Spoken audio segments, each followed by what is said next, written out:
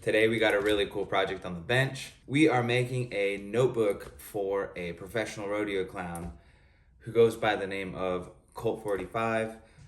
The guy's name is Colt Hart. What we're gonna do for his book is incredibly cool. This is honestly probably my new favorite piece I've ever made. Everything about it, from the color choices to the tooling choices to just how it came together from the front, the back, the inside. Everything about this is super sick. So, without further ado, we're gonna jump right into this video. I have a ton of footage of this whole process from like start to finish, everything from the drawing, like all the way to finishing the edges. So, there's plenty of stuff to watch here. Let's jump into it. We're starting out by getting the leather a little damp first. And then we're cutting out the things we're going to add. We got this big Colt 45 brand, as well as some skulls and some pistols. Run a little stitch line, know where my tooling's going to go and where my stitching's going to go. I'm making windows here, so I know what my two canvases are, my front canvas and my back canvas. Then we're going to transfer the artwork that we need to.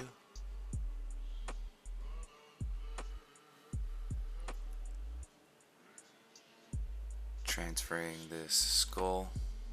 Colt wanted a skull with a cowboy hat.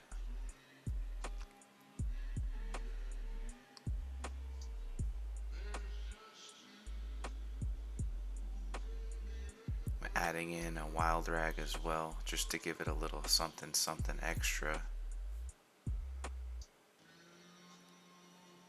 And then we're going to transfer this pistol here, Colt 45 revolver.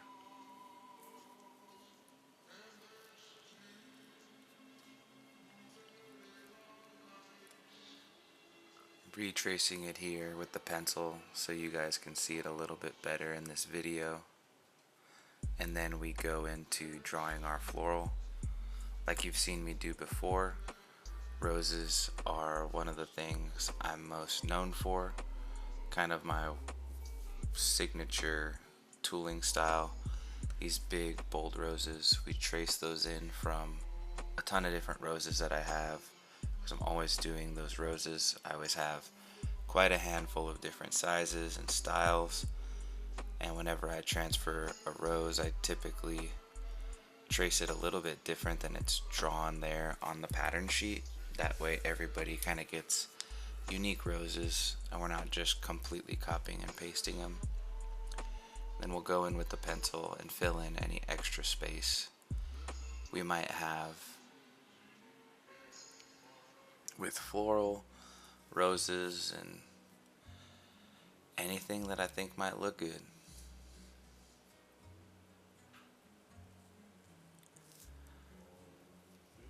I really liked how we surrounded that big brand with the floral like we did. We also went ahead and added in my Grim Reaper logo just to give them a little something on the backside. I didn't want to have two of the same skulls mirrored, so we gave him two different skulls with cowboy hats. One's more a cowboy, the other one is obviously my logo, which is really cool. This is the first time I've ever had to tool my logo like this. Typically I will either just use a maker's mark or not put a giant logo on a piece.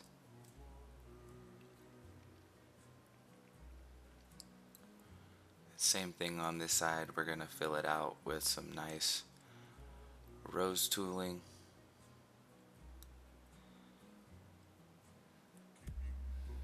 I thought it would be really cool to do some climbing roses up the one side of it here, as you can see, to kind of frame that left side in with a big wall of roses.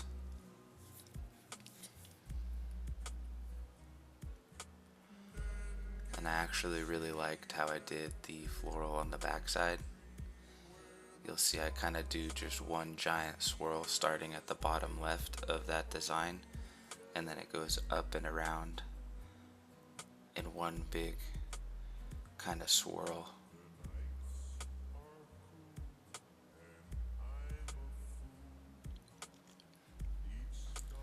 You don't have to do 1,000 little circles like traditional Sheridan to make a nice piece of floral. At least I don't believe so.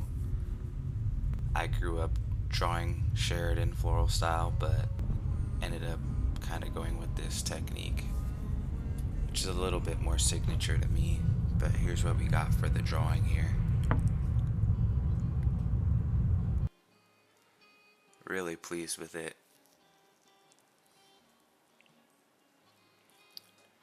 Doing this while Texas is frozen over.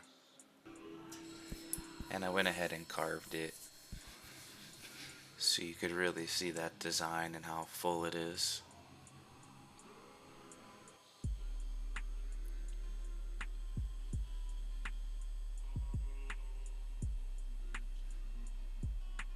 By far one of my favorite pieces to tool.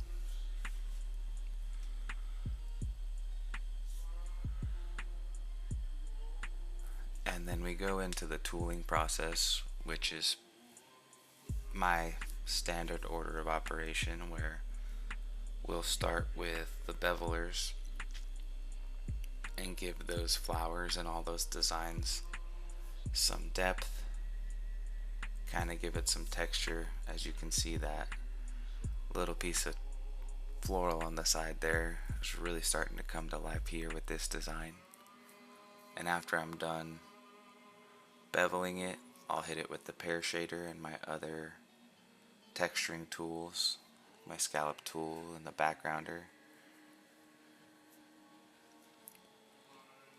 Filling up on coffee. This was a freezing cold day, gloomy weather. Probably consumed 8,000 cups of coffee in the process of tooling this piece. And then on the front side we're going to do the same thing. Run the bevelers, give everything some depth, make everything 3D. Then after we make everything 3D with those bevelers, we're going to come back with a thumbprint tool, give things some more texture. As you can see, running even just a simple thumbprint tool on that cowboy hat, how much life that breathes into the design. And after we hit it with the thumbprint tool, we're going to run scallop tool and other texturing tools to give it more textures and dimension to the piece. And then we're going to go ahead and paint those borders black, which is going to give us a nice high contrast, especially with those vibrant bright red roses, the way we got them going. We're going to paint those skulls white, get them to pop, and give that pistol a little bit of silver paint. I also love painting my leaves green. That really gives us a nice contrast with the red and the black. Just kind of adds another layer of color and depth to the design.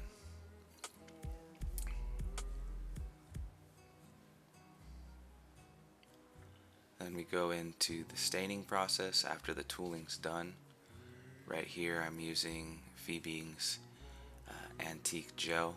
I believe this piece was medium brown. And then run it on the sewing machine, zip it closed. I really like the interior pockets of this piece as well. We did some cool colors to match the outside. We did a kind of a red, white, and blue, but with turquoise instead of like a traditional cobalt blue. To kind of bring those colors from the outside to the inside. And we're going to trim up the edges so we get a nice finish look and feel to our piece when it's done.